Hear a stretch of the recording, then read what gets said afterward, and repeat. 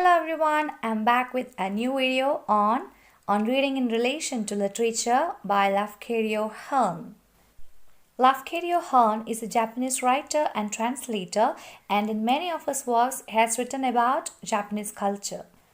On reading in relation to literature is a speech delivered by Lafcadio Hearn that forms the first chapter of the book Life in Literature. The speech gives you certain ideas about what reading is and what makes a book great and distinct from other books. So let's go into detail. In the first part, he defines reading, and in the second part, he talks about the classics of literature or the great books of literature. We may think that when we are asked what is reading, it is so simple a question. But here, through this speech, Hearn says that only a few people know how to read or what actual reading is.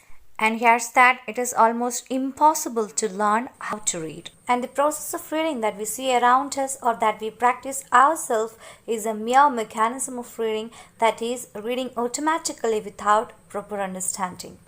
And this is actually only a process carried out for amusement, for getting the story, for pleasure, for killing time, or for getting an overall idea. And this is clear when a man who has read a book fails to explain what is in that book. We know that we read a scientific book in a detailed manner, and Hearn says that every book should be read in a detailed manner just like we read a scientific book. And this is called the hard study, and it is not the mere reading for amusement. Every book has its own value, and literary works are also scientific as it is composed of different sciences. Moreover, it has the science of life, science of philosophy, and so on. Hearn exposes a fact now. Out of 1,000 books published in a year, only few books are being read, and people prefer the books which are written in their mother tongues rather than foreign languages. And the fact is that even the books written in one's mother tongue are not being correctly read. And as people read for mere amusement, they select such books that offer just pleasure. And they are not giving value to the content of the books. As the readers prefer books of amusement, there is a tendency among the writers to write and publish the books that offer just amusement and pleasure. And that profits them too, as they can publish more books a year because it is easy for a writer to make books for amusement rather than books of content.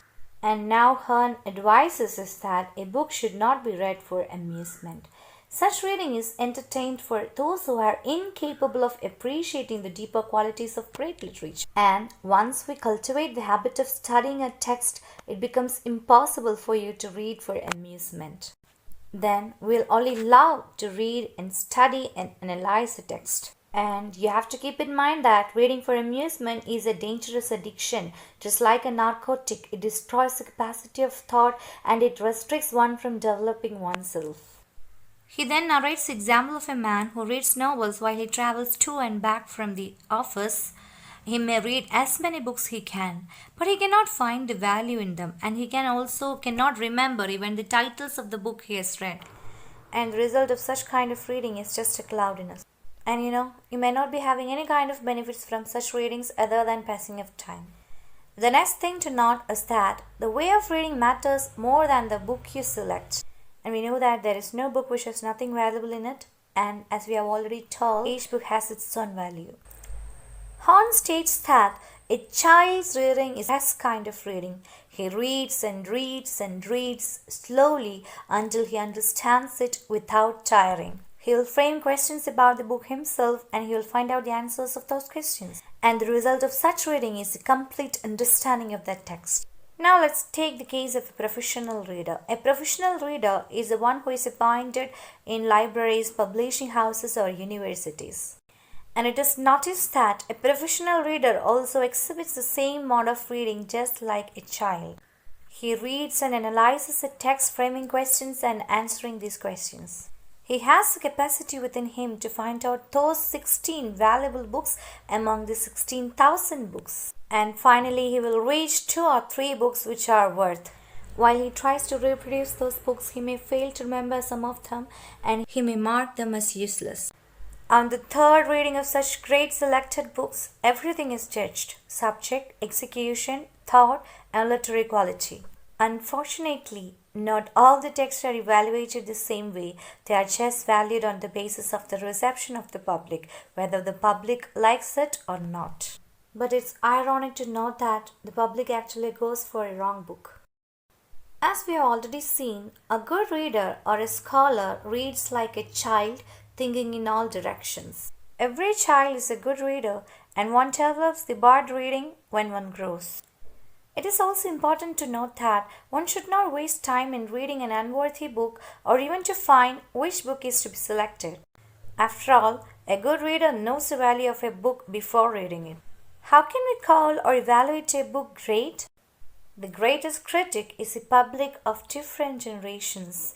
If a book is claimed to be the best by different generations, it will be really best.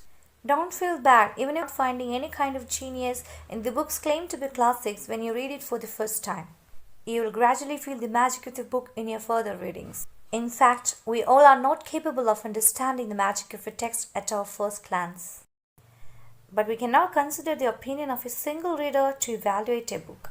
A single reader's opinion refers to his subjective and personal opinion. Now he talks about another way of evaluating a book. He says that if you want to read a book for the second time, then the book is valuable. It is true that no one will dare to read a book that is quite useless. A great book grows exactly in proportion to the growth of the reader's mind, which means that the same book that has given you just a trivial meaning at your childhood can offer you better knowledge at your youth. Take for example the books of the writer Goethe. For children, his books are mere stories, fairy tales, or fantasies. But for a young man, it is a more serious book, and a middle-aged man can find an extraordinary depth in them. And finally, an old man may find the world of philosophy, the world of wisdom in the books of Goethe. Now look how a book undergoes transformation through different ages of readers. Often, such great works are written by writers who are not even conscious about their own genius. Consider the Book of Job, which is still celebrated, though the concepts in it about the sky and universe are limited. This is only because of the power and genius of the book. He then gives the example of Daphnis and Chloe, which is a little story that tells in simplest language how a boy and a girl fell in love with each other and about all the little innocent things that they said to each other. Though the story is so simple, it is translated into every language in the world.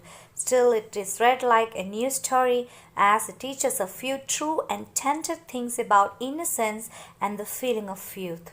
All this happens because the theme of the story is universal and is widely accepted. Another example is Man and Lescaut, which tells the history of a student who had been charmed by a wanton woman and led by her into many scenes of disgrace and pain. Though the story describes a society of a vanished time, a time when everything was different from the life of today, the story is still significant because the story is as true as any other story in the time of civilization.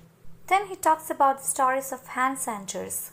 He shares moral truths and social philosophy through fairy tales. Though his stories about the mermaids are big and unreal, the emotions of unselfishness, love, and loyalty which the story expresses are immortal. When thinking about listing out certain great books, he says that it is impossible to make such a list because choices differ from person to person. We can find many such lists. The list made by Sir John Lubbock may not be the same made by another man. Now, according to Lafcadio Hearn, 3 groups of text come under the great books. First is the sacred text, then the epic poems, and then comes drama. Then he states that we should have a great knowledge on Greek literature for analyzing English literature as both are linked. We know that in English literature there are frequent references to Greek and Latin literature.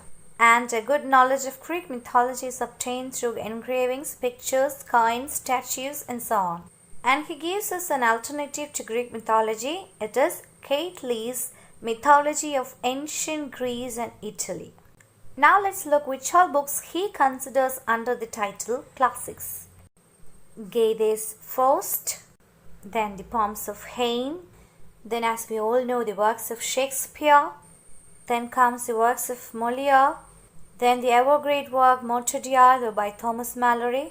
He also suggests Milton's works, but he warns that unless one intends to make a certain special studies of language, you should not read them, as without knowing Greek and Latin literature, one will not understand Milton.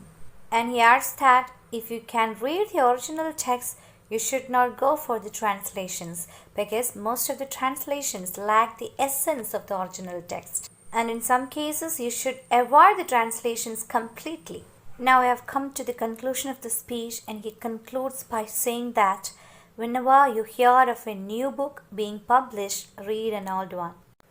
By this statement, he simply means that you have to read a lot. We know that each day thousands of books are being published, and whenever a book is published, you should read. By which he means that every moment you should be having that habit of reading.